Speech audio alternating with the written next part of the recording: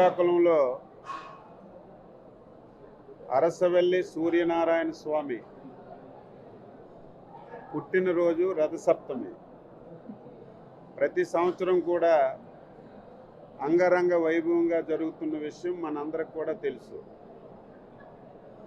అయితే ప్రజలందరి అభిమానంతో గత సంవత్సరం రాష్ట్రంలో ఎన్డీఏ ప్రభుత్వం ఏర్పడిన తర్వాత ముఖ్యమంత్రి గారు మొదటిసారి జిల్లా పర్యటనకు వచ్చేటప్పుడు జిల్లా యంత్రాంగం ప్రజాప్రతినిధుల కోరిక మేరకు గత సంవత్సరం నుంచి అరసవెల్లిలో జరుగుతున్నటువంటి రథసప్తమి వేడుకలు ప్రభుత్వ వేడుకలుగా గుర్తించి గత సంవత్సరం జరిపిన విషయం కూడా మనందరం ఒకసారి గుర్తు చేసుకుందాం.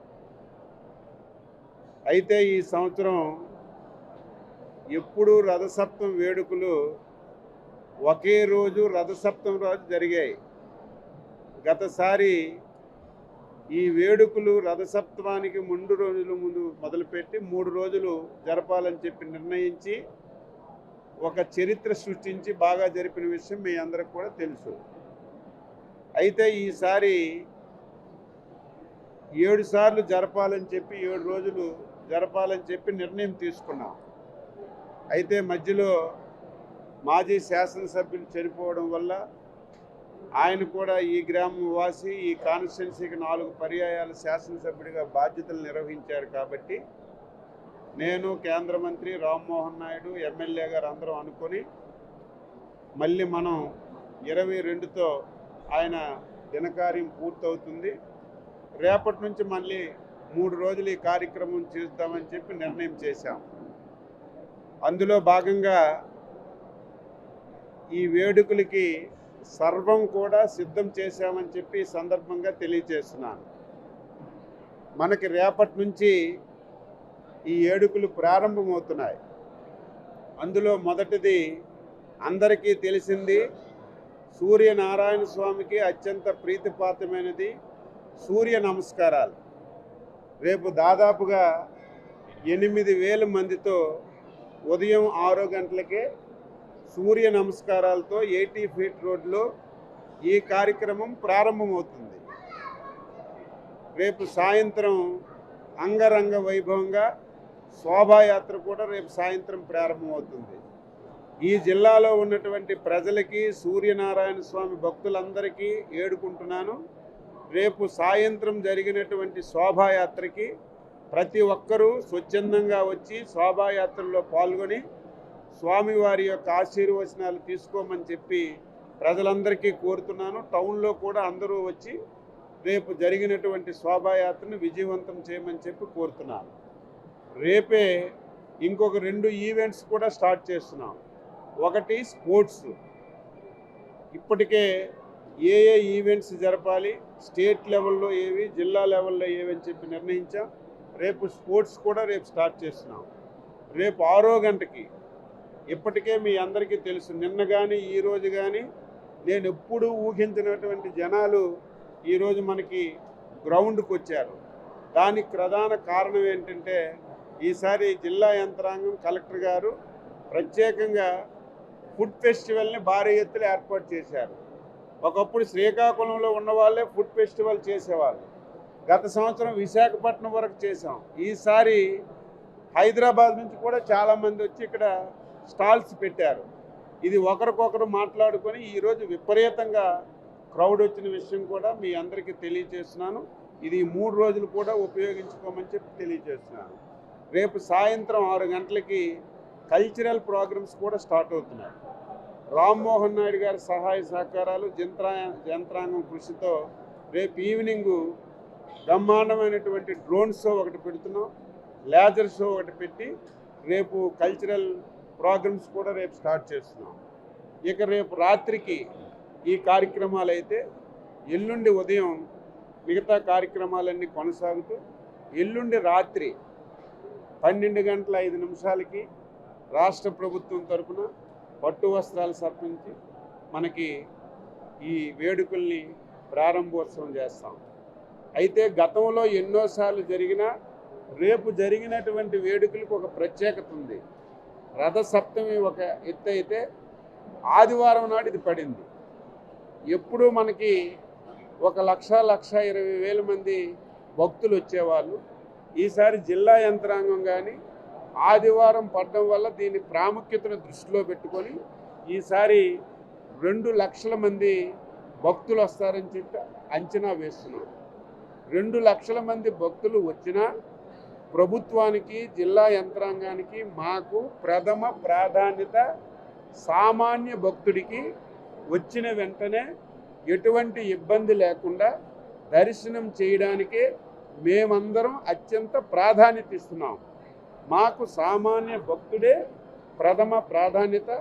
సామాన్య భక్తుడు ఎక్కడ కూడా ఇబ్బంది పడకుండా వాళ్ళకి దర్శనం చేసి పంపించే విధంగా బ్రహ్మాండమైనటువంటి ఏర్పాట్లు చేసాం.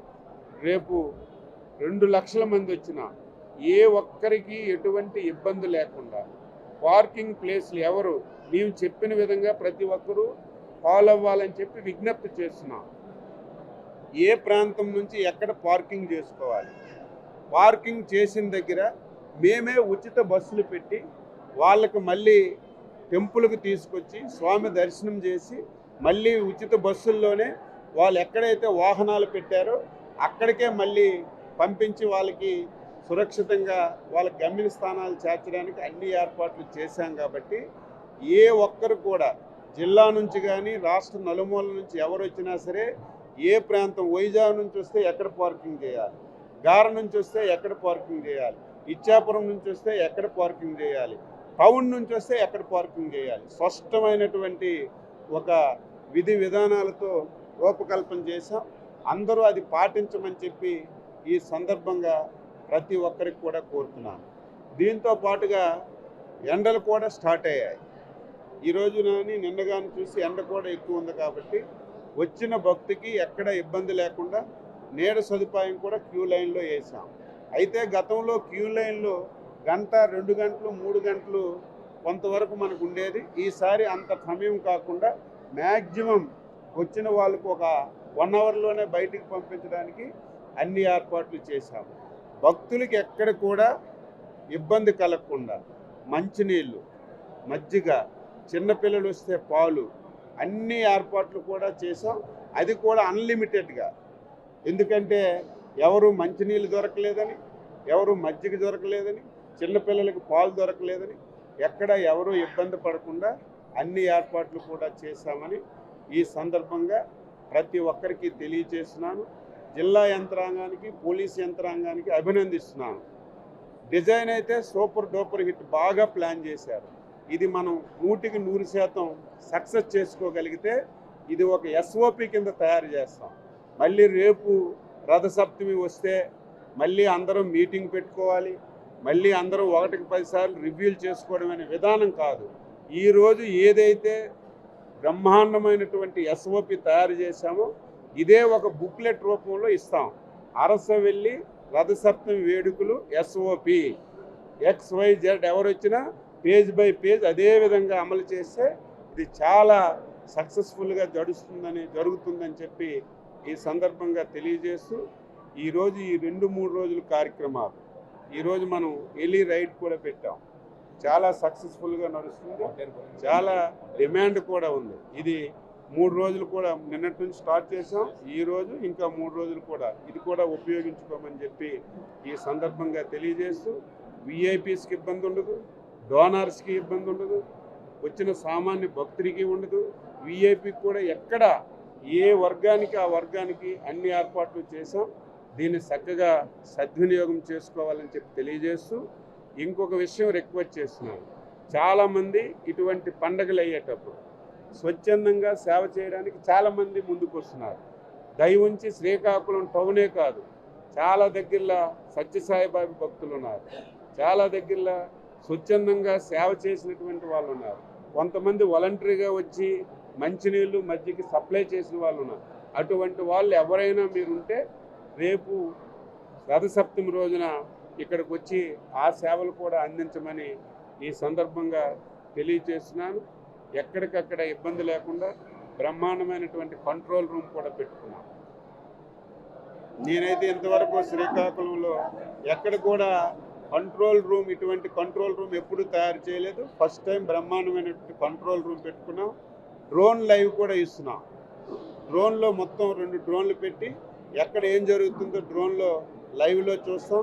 ఎక్కడైనా క్రౌడ్ మేనేజ్మెంట్ కానీ ఎక్కడైనా ఇబ్బంది కానీ ఉంటే ఇమీడియట్గా మా వాళ్ళు వెళ్ళి ఆ సమస్యను పరిష్కరించి ఆయన ముందుకెళ్లే విధంగా అన్ని ఏర్పాట్లు చేశామని ఈ సందర్భంగా తెలియజేస్తూ పాత్రికేయులకు కూడా కోరుతున్నాను. మీకు ఏదైనా ఉంటే అధికారులు ఉంటారు, మీరు తెలియచేయండి. అందరం కలిసి, ఇది మన ఇంటి పండుగ, మన జిల్లా పండుగ, మన సొంత పండుగ, అందరం కలిసి సమన్వయంగా ఈ పండుగను విజయవంతం చేసి మన జిల్లా పేరు ప్రఖ్యాతుల్ని రాష్ట్రంలో తీసుకురావడానికి అందరూ కృషి చేయాలని ఈ సందర్భంగా తెలియజేస్తున్నాను.